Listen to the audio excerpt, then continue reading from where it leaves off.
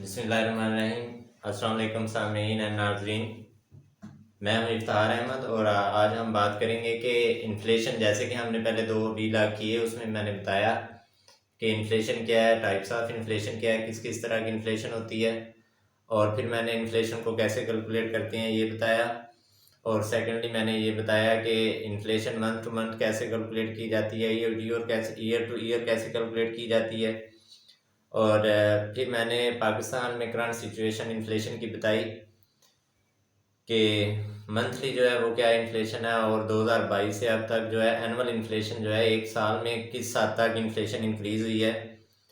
तो अगर आप ये सारी इन्फॉर्मेशन चाहते हैं, हासिल करना चाहते हैं, तो मेरे पहले वीलॉग जो है पार्ट 1 और पार्ट 2 ग्लोबल एजुकेशन हब, उधर जाके आप सेम टाइटल से आप इसको सर्च कर सकते हैं।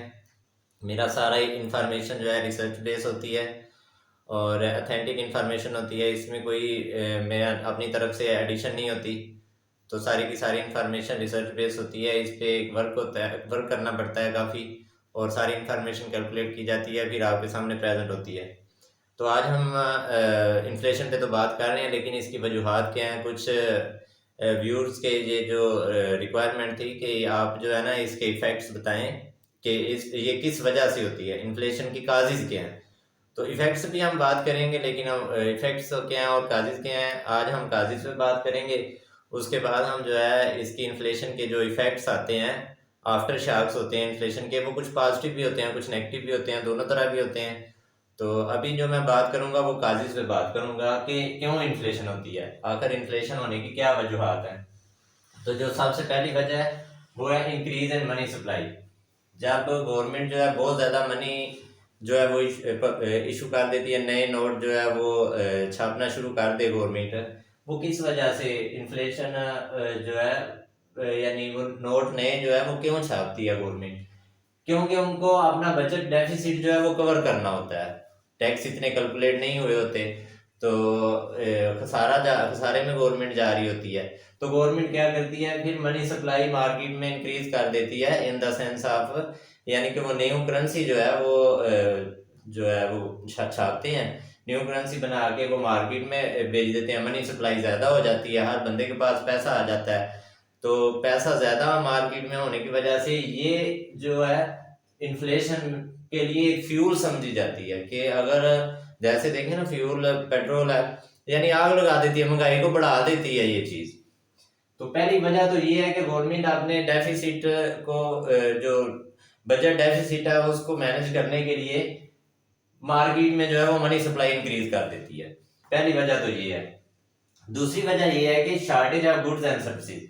जब आपके पास गुड्स एंड सर्विसेज ही बहुत कम होगी और लेने वाले बहुत ज़्यादा होंगे, जैसे मैंने बताया था कि डिमांड पुल इन्फ्लेशन और कास्ट पुश इन्फ्लेशन, ये मैंने चीज़ें आपको पहले वीलॉग में बताया था कि ये टाइप्स हैं।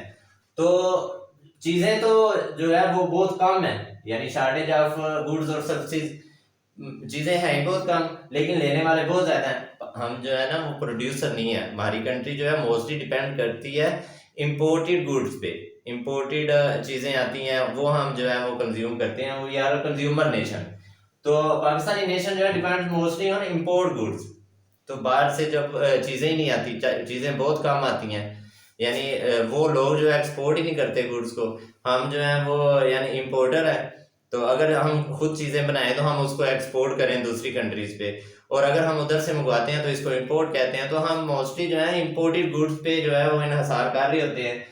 तो इसलिए वो चीज़ें चीज़ें अवेलेबल मार्केट में बहुत कम होती हैं, लेकिन लोग लेने वाले बहुत ज़्यादा हो जाते हैं। जैसे मैंने एसी की एग्जांपल दी थी अपने पहले व्लॉग में कि अगर 100 एसी है हमारे पास और 500 बंदा लेने के लिए आ जाता है, तो अगर करंट प्राइस एसी की 1000 डॉलर है फर्ज करें, या $500 है करंट प्राइस एसी की, तो $500 अगर प्राइस होगी तो लेने वाला 500 बंदा आ जाएगा, लेने वाला ही 500 बंदा आ जाएगा, जबकि एसी अवेलेबल जो है वो 100 क्वांटिटी में है। तो ऑटोमेटिकली जो प्रोड्यूसर है वो इसकी प्राइस इंक्रीज कर देगा, क्योंकि उसको पता है कि मेरी जो है वो चीज़ लेने वाले खरीदार ही मेरे पास बहुत हैं। चीज़ की कीमत तो तब कम हो ना कि जब खरीदार ही मार्केट में ना हो। तो आप जो है गुड्स की सप्लाई ज्यादा होगा आपके पास, अब गुड्स की शॉर्टेज है, गुड्स एक तरफ आपके पास है ही नहीं, बाहर से चीजें आती ही नहीं है। जैसे हम घी भी मोस्टली ऑयल हम जो है वो इंपोर्ट करते हैं, और इसी तरह मुख्तलिफ और आइटम्स जो है, जैसे ये देख लें कि हम जो है ये ज्वेलरी की आइटम्स जो है मोस्टली जो है, और क्लोथिंग जो है, ये जितने भी है हम सारी की सारी इंपोर्ट करते हैं। तो बाहर से जितनी भी इम्पोर्टेड गुड्स आती हैं, अगर वो कम मकदार में है, या हमारे इधर जो लोकल प्रोड्यूसर हैं वो ही चीज़ें कम पैदा करें, इधर हमारे पास जो लोकल प्रोड्यूसर भी है ना, उनको चीज़ें पैदा करने के लिए रॉ मटेरियल की ज़रूरत होती है। तो रॉ मटेरियल मोस्टली इम्पोर्टेड आता है, यानी हम रॉ मटेरियल प्रोड्यूसर ही बहुत कम है, हमारे पास रॉ मटेरियल ही बहुत कम है। इसी तरह वो चाय जो है, चाय पाकिस्तान में जो है वो हम बाहर से इंपोर्ट करते हैं, पत्ती, चाय पत्ती जो है। तो इसी तरह जो है मुख्तलिफ चीज़ें जो हम बाहर से इंपोर्ट करते हैं। So we are the consumer nation, mostly we depend upon imported goods. तो शॉर्टेज की वजह से पहली मैंने रीजन बताई कि इंक्रीज इन मनी सप्लाई, जब मनी सप्लाई ज्यादा हो जाए। दूसरी मैंने बताई कि आपके पास चीजें कम है, लेने वाले बहुत ज्यादा है। अब इसमें थर्ड वन रीजन ये होती है कि इंक्रीज इन प्रोडक्शन कॉस्ट। अच्छा, जब आप चीजें पैदा तो कर रहे हैं, जैसे आप बिजली बना रहे हैं, बिजली बनाते हैं, उसके लिए हमें ऑयल की जरूरत होती है, फ्यूल प्राइस ही ज्यादा हो जाए, फ्यूल प्राइस जो बिजली बनाने के लिए जरूरी है, किसी इंडस्ट्री या फैक्ट्री को चलाने के लिए, उसका प्लांट चलाने के लिए हमें फ्यूल की जरूरत होती है, फ्यूल महंगा हो जाए, या रॉ मटेरियल जिससे वो चीज बन रही है वो महंगा हो जाए। जब ये तीनों चीजें, या वेजिस, वेजिस की शक्ल में रॉ मटेरियल या वेजिस, या चौथी चीज है वेजिस, जब लेबर ही ज्यादा वेजिस की डिमांड करने लग जाए, तो साधारण इन सब चीजों का, अब एक बंदे को इलेक्ट्रिसिटी जो है वो महंगी मिल रही है, तो वो सारे का सारा जो है बोझ है वो जो फाइनल गुड्स है उस पे आ जाएगा। इसी तरह ऑयल की प्राइस, जब भी ऑयल प्राइस इंक्रीज होगी, ये समझ लेंगे अब आपको चीजें मार्केट में महंगी मिल रही है। जब बिजली महंगी होती है, समझ लेंगे आप चीजें भी महंगी होंगी। इसी तरह रॉ मटेरियल जो बाहर से इंपोर्टेड गुड्स आ रही हैं वो महंगी हो जाए, या पाकिस्तान में लोकल प्रोड्यूसर ही जो चंद एक चीजें रॉ मटेरियल बनाते हैं वो ही महंगा करते हैं, या लेबर कहे कि हम जी इतने पैसों पे काम नहीं करना चाहते, हम तो ज्यादा पैसे डिमांड करेंगे आपसे। तो वेजेस के इंक्रीज होने से, रॉ मटेरियल के इंक्रीज होने से, इलेक्ट्रिसिटी या फ्यूल प्राइस, ये सारी चीजें जब इनमें से कोई भी चीज एक इंक्रीज हो जाती है, तो आपके माइंड में ये होना चाहिए कि अब जो आपकी बास्केट ऑफ गुड्स है ना, जो चीजें आप डेली इस्तेमाल करते हैं वो डेफिनेटली अब महंगी होंगी, उनकी प्रोडक्शन कॉस्ट महंगी हो गई है, अब वो आपको फाइनल गुड्स भी महंगी मिलेंगी। लास्ट वन ऑप्शन बहुत इंपॉर्टेंट है इसमें, रीजन जो है इसकी करेंसी डिवैल्यूएशन। करेंसी ही जब आपकी डिवैल्यूएट हो गई है, यानी डॉलर था आप अगर 179 का 2022 में, अब 2023 में जो है वो डॉलर जो है 285 का है।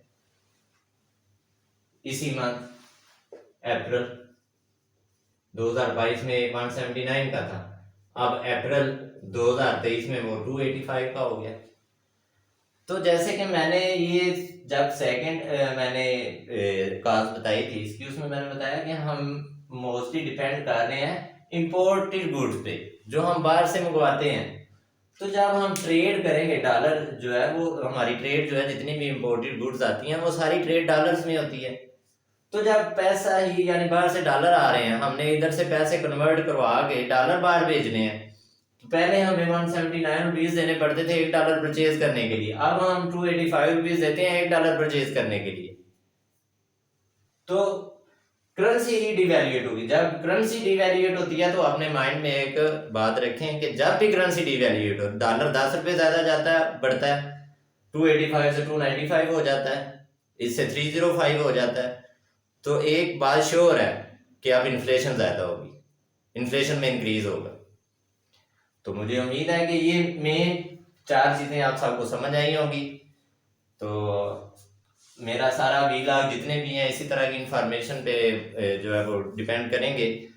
तो उम्मीद है कि आप सबको मेरी ये इंफॉर्मेशन समझ आई होगी। थैंक यू, अस्सलाम वालेकुम।